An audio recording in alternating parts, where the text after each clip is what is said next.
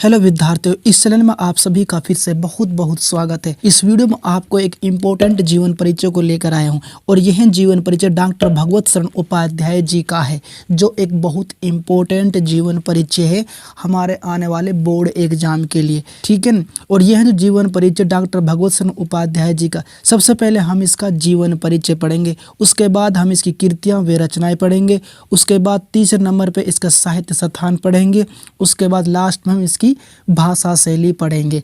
ठीक है ना। और यह जीवन परिचय हमारे आने वाले बोर्ड एग्जाम के लिए बहुत ही इंपॉर्टेंट जीवन परिचय है। इसी तरह के जो इंपॉर्टेंट जीवन परिचय हैं उनकी वीडियो मैंने ऑलरेडी बना रखी है। वीडियो के नीचे डिस्क्रिप्शन उनका लिंक मिल जाएगा, जैसे कि सूरदास का जीवन परिचय, तुलसीदास का जीवन परिचय। ठीक है, सबसे पहले हम इस जीवन परिचय का जीवन परिचय करेंगे। ठीक है, जो पहला नंबर पे, और जीवन परिचय इसका इस प्रकार से है। डॉक्टर भगवत शरण उपाध्याय जी शिक्षाविद और एक प्रमुख हिंदी साहित्यकार थे। यानी जो डॉक्टर भगवत शरण उपाध्याय जी जो थे वो एक शिक्षाविद थे, इसके अलावा एक प्रमुख हिंदी साहित्यकार थे डॉक्टर भगवत शरण उपाध्याय जी। ठीक है, उसके बाद नेक्स्ट है, इनका जन्म सन 1910 ईस्वी को उजियारपुर नामक गांव, जिला बलिया, उत्तर प्रदेश में हुआ था। यानी इनका जो जन्म है सन 1910 ईस्वी में हुआ था। कब हुआ था? 1910 ईस्वी में। और एक गांव है उजियारपुर नामक गांव, वहां पर इनका जन्म हुआ था। और यह गांव जिला जो बलिया है उत्तर प्रदेश में, वहां पर है, और वहां पर इनका जन्म हुआ था डॉक्टर भगवत शरण उपाध्याय जी का। ठीक है, क्लियर यहाँ तक। उसके बाद नेक्स्ट है, इनकी प्रारंभिक शिक्षा यहीं हुई थी। यानी इसकी जो शुरुआत की जो शिक्षा थी, प्रारंभिक शिक्षा जो थी यहीं पर हुई थी। कहाँ पर हुई थी?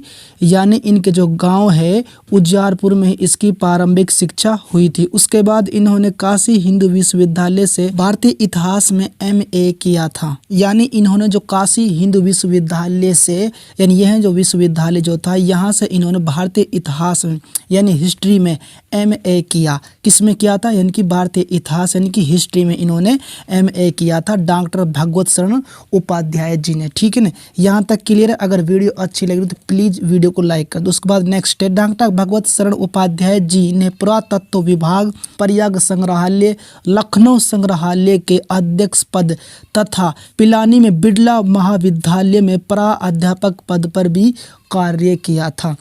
यानी उसके बाद जो है डॉक्टर भगवत शरण उपाध्याय जी ने पुरातत्व विभाग, इसके अलावा प्रयाग संग्रहालय, इसके अलावा लखनऊ संग्रहालय के अध्यक्ष पद पर, कौन सा पद है? अध्यक्ष पद पर, और इसके अलावा पिलानी में बिड़ला महाविद्यालय में प्राध्यापक पद पर कार्य किया था। ठीक है न। उसके बाद में विक्रम विश्वविद्यालय में प्राचीन इतिहास विभाग के प्रोफेसर एवं अध्यक्ष पद पर कार्य करते हुए अवकाश ग्रहण किया।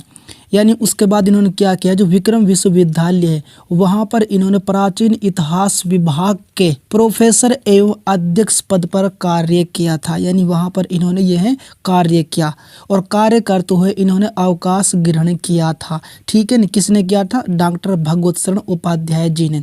उसके बाद नेक्स्ट है, उपाध्याय जी ने अनेक बार यूरोप, चीन, अमेरिका आदि देशों में भारतीय संस्कृति एवं साहित्य पर महत्वपूर्ण व्याख्यान दिए। यानी इन्होंने, यानी उपाध्याय जी ने अनेक बार, बहुत बार यूरोप में, चीन में, इसके अलावा अमेरिका में, यानी आदि देशों में जो भारतीय संस्कृति है, इसके अलावा जो साहित्य पर महत्वपूर्ण व्याख्यान दिए थे। यानी बहुत सारे इन्होंने भाषण दिए थे, यानी कि भारतीय संस्कृति और साहित्य पर अनेक देशों में। ठीक है न, क्लियर यहाँ तक।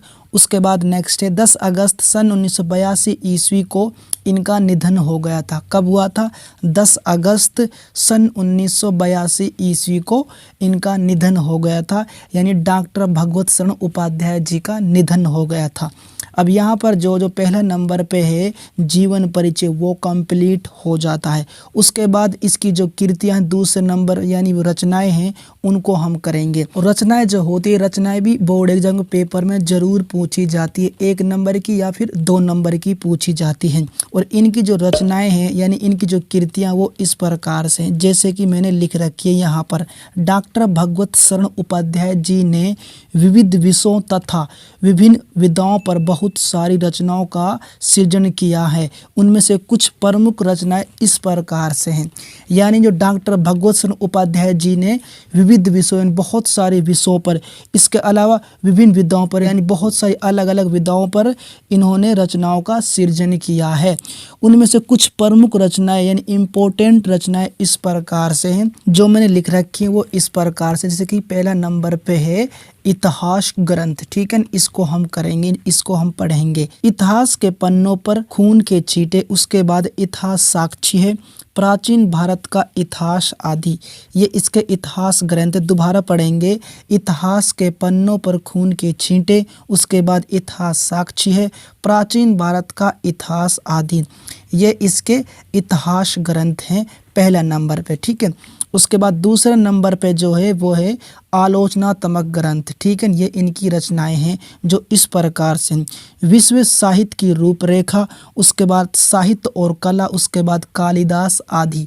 दोबारा पढ़ेंगे हम इनको, जैसे कि विश्व साहित्य की रूपरेखा, उसके बाद साहित्य और कला, उसके बाद कालिदास आदि, ये इसकी आलोचनात्मक ग्रंथ है। नेक्स्ट है पुरातत्व, जो इस प्रकार से हैं चित्रकला की कहानी, उसके बाद नेक्स्ट है कालिदास का भारत आदि, ये इसके पुरातत्व हैं, ठीक है। उसके बाद नेक्स्ट है यात्रा वृत्तांत, जो इस प्रकार से सागर की लहरों, उसके बाद है लाल चीन, उसके बाद है कलकत्ता से पिकिंग, ये इसके यात्रा वृत्तांत है। और सागर की लहरों पर यह जो रचना है बहुत इम्पोर्टेंट रचना है, जो कई बार यह रचना बोर्ड एग्जाम पेपर में पूछी गई है। हालांकि ये सारी रचनाएं बहुत इम्पोर्टेंट है हमारे आने वाले बोर्ड एग्जाम के लिए। अब यहाँ पर जो है दूसरे नंबर पे कृतियाँ रचनाएं भी कंप्लीट हो जाती हैं। उसके बाद थर्ड नंबर पे है साहित्य स्थान, यानी डॉक्टर भगवत शरण उपाध्याय जी का साहित्य स्थान में किस प्रकार का स्थान है। और साहित्य स्थान इसका इस प्रकार से है, जैसे कि यहाँ पर मैंने लिख रखे हैं। डॉक्टर भगवत शरण उपाध्याय की भारतीय इतिहास और संस्कृति के साथ साथ संस्कृत साहित्य एवं पुरातत्व में विशेष रुचि रही है। यानी डॉक्टर भगवत शरण उपाध्याय जी की भारतीय इतिहास में और संस्कृति के साथ साथ संस्कृत साहित्य एवं पुरातत्व में, इसमें संस्कृत साहित्य और यानी एवं पुरातत्व में विशेष रुचि रही है। भारतीय इतिहास और संस्कृति के साथ साथ भारतीय संस्कृति एवं साहित्य विषय पर इनके द्वारा देश विदेश में दिए गए व्याख्यान हिंदी साहित्य की अमूल्य निधि है।